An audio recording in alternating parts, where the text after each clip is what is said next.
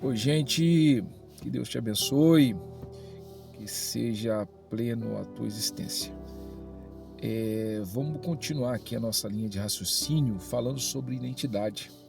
Se de repente esse vídeo apareceu para você aí porque alguém decidiu compartilhar e entendeu que era importante para você esse entendimento, agradeça essa pessoa, mas se quer acompanhar, vai aparecer em algum lugar por aí o vídeo anterior e os outros, né? Eu falei sobre Abraão no último, né, sobre a relação do seu chamado com a sua identidade. E ele é composto, e esse personagem de agora está composto nesse chamado de Abraão, que é Ló, seu sobrinho. Ló, sobrinho de Abraão, o segue.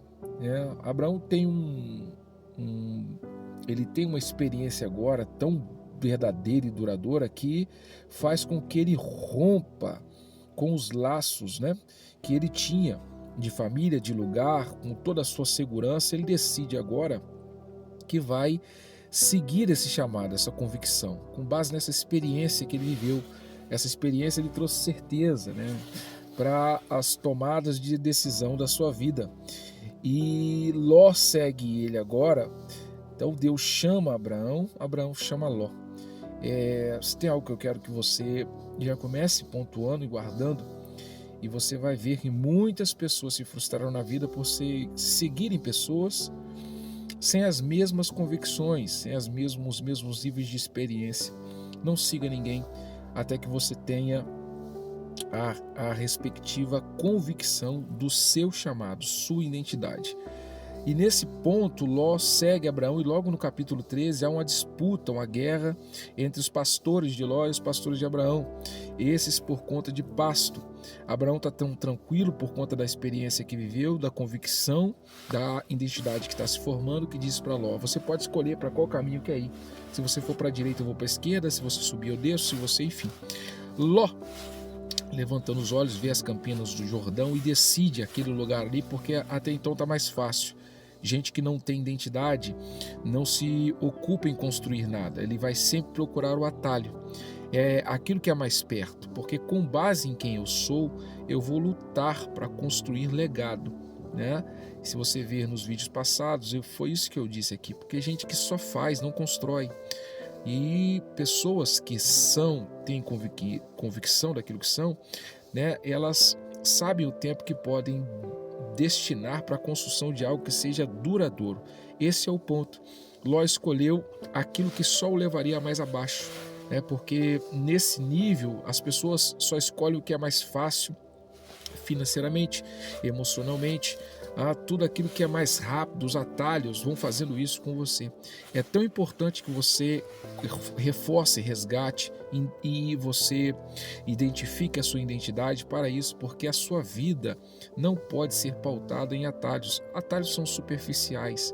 Pessoas que não têm bem definida a identidade acabam escolhendo coisas que não são duradouras para a sua própria história. Quando Ló decide as Campinas porque eram mais fáceis, ele não sabia do chamado do tio que garantia para ele o sucesso e a prosperidade onde estivesse.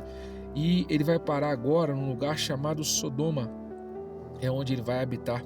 Ali tem experiências horríveis, porque o povo daquela terra eram pessoas que perderam todo o senso e bússola de moralidade. Sodoma e Gomorra teve nas suas ações coisas tão ruins que, ao subirem as narinas de Deus, elas cheiraram mal. E aí, nesse ponto, a família acaba sendo influenciada. Quando os anjos vão avisá-lo para sair da cidade, que a cidade seria destruída, há uma versão, né, se eu não me engano, a linguagem de hoje, que ela diz que a expressão usada pelos homens da cidade com relação àqueles varões jovens, né, que eram anjos, eles pedem para que pudessem abusar deles, né? A intenção deles era o baixo nível do prazer momentâneo. Gente sem identidade busca por isso, né, o prazer imediato.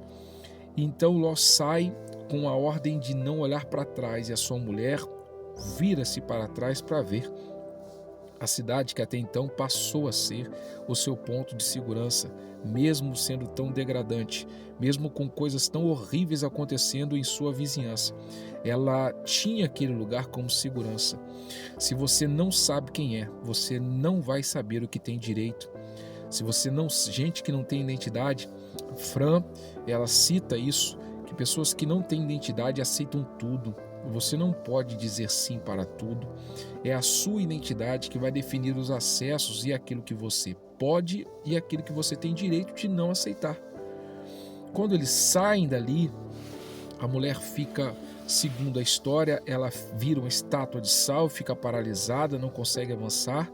Essa é a verdade, né? Porque as pessoas sem convicção não ousam algo novo.